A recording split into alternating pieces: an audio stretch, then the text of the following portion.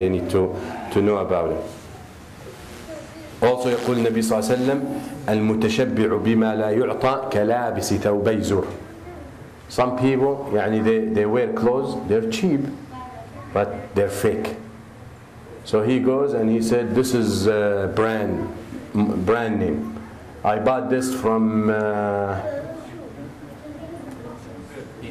Macy's, okay?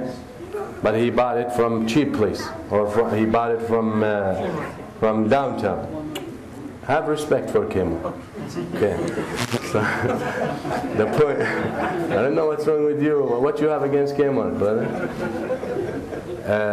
And it's a big Kmart. So the point is, يعني that is fixed. So the Prophet ﷺ said, "Al-mutashabbi'u bima lam yu'ta." He who shows off with something he doesn't have. Yani he wears a fake shirt and he says it's Nike. Or it's what? A brand. Lombardi. Stuff like that. That's a lie. So the Prophet said, is like someone who testifies falsely. Testifying falsely, because you're lying here. So very important, we need to avoid that. And there is no shame in that, and be careful and be aware. Also dressing gold and silver. Gold and silk, haram for men. For Muslim men, gold and silk is haram. Gold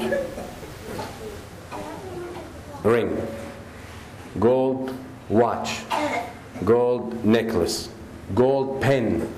Pen. When the Prophet said dressing, that doesn't mean only wearing. Pen, anything you use. Gold spoon and forks and utensils and all that. But mainly for anything for the man, gold pens, that is haram. Well, gold teeth are indicated in certain situations. I'm telling you, from my knowledge about dentistry. All right? It's not like I'm making up this stuff. Gold teeth are indicated in certain situations, not all the time. That is when the ulama said that they're okay. Actually, one of the Sahaba who lost his nose, so he took a nose of silver. And they invented plastic surgery. So he had a nose of silver, but it went rotten. So the Prophet ﷺ allowed him to have a nose of gold. Alright? So when it's a necessity, ضرورات تبيح المحظورات. Things that are forbidden because of necessity become permissible. And if you're in the desert and dying, and a genie comes to you with a glass of wine, and you drink as much as you're able to survive. You don't drink to get drunk. But that is when it's a necessity, you use as much to survive, to remove the danger. So stuff like that. So the Prophet allowed this man to use a nose of gold because of the silver, or al-waraq as they call it, was not good enough. So that answers that teeth to her. Alright, so in general, gold and silk haram for the men. Except when it's a little, not the gold, when it's a little amount of the silk, or some situation. Some people, maybe all kind of garments or clothes make them itch. Maybe they have allergy. Only silver, because it's of its texture, they're okay with that. The Prophet ﷺ would allow, to a period where they don't need it anymore. And he allowed Zubayr ibn al-Awwam and he allowed Abdul Rahman bin Auf to do that. So in time of necessity, you can bypass these orders. Also, some little harir, some little silk also is permissible in certain situations, but you cannot make most of your clothes harir. Also that applies to the old and to the kids. You don't dress your kid, he's 5 or 6 or 7 or 4, go get him clothes made out of silk. That is haram. Or you find a lot of the Muslim kids where a boy wearing a gold necklace and Allah in it. Are we kidding each other? Or adults. He's a man wearing a gold necklace and he has Allah in it. Or Quran, Mus'haf. This is لعله استهزاء بآيات الله. This might reach the level of mockery of the deen of Allah. Be aware of that. Or a pen. Alright? So we need to be aware of that. Silver is okay. Silver for the men is okay. Now that doesn't mean you go bling bling. Okay? That doesn't mean you come to the masjid with 100 necklaces and chains and 10 rings on each finger. That, when we say silver is halal in general. But when it reaches a level of wearing all these things, that takes you to a different reason of being haram. And that might be imitating the women. Alright? So very important we pay attention to that. Okay? So necklaces are known for women. Earrings for women. Okay?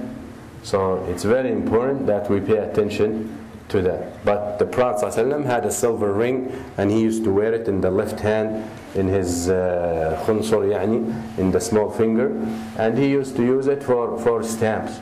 Because when the Sahaba told him, the Jews and the Christians don't accept papers without khitam, without a seal. So he had a ring, and it على فص الخاتم, on the ring it says Allah or Muhammad, and on top of it Rasul, and on top of it Allah. So that was the seal, because he was illiterate sallallahu alaihi wasallam. He did not write or read. And that's why the ulama, when they talk about this issue, they said perhaps, one of the strong opinions, the khatam of silver to be taken for the men only for those people who are in power, those people in charge, the khalifa, the wazir, the qadi, the wali, because they are at this level. The Prophet ﷺ, when he took that ring, he took it for this reason, because he was the khalifa, he was the leader. Not for the rest of the people, but the amr wasi', and but if you're going to take it and follow the sunnah, because a lot of people, he's wearing ring and he tells you it's the sunnah, but nothing else sunnah on him. The ring is the sunnah, he might not even praying. Alright? His clothes are not imitating or haram, the way he's dressed, and he tells you about the sunnah, which is the same thing about the hair. Some people grow their hair and they want, they tell you sunnah. Some men grow their hair long and he tells you sunnah. And he might be wrapping it like a little girl. And he tells you sunnah. Tayyib, everything else, why are you going to stick to one sunnah and neglect the rest?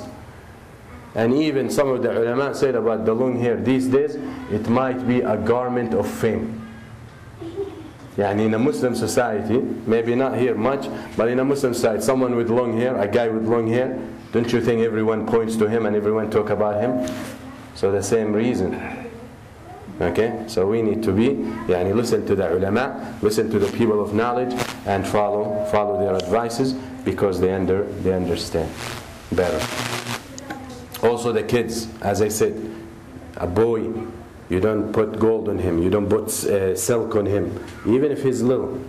Umar radiallahu anhu, when he saw a man with his son, little boy and he was dressed حرير, silk. فقال عمر لا تلبسوهم الحرير فيتعودوا. Don't dress them silk, they're going to get used to it. And that is very important, and that is science of raising kids. It's a science. He's still a baby.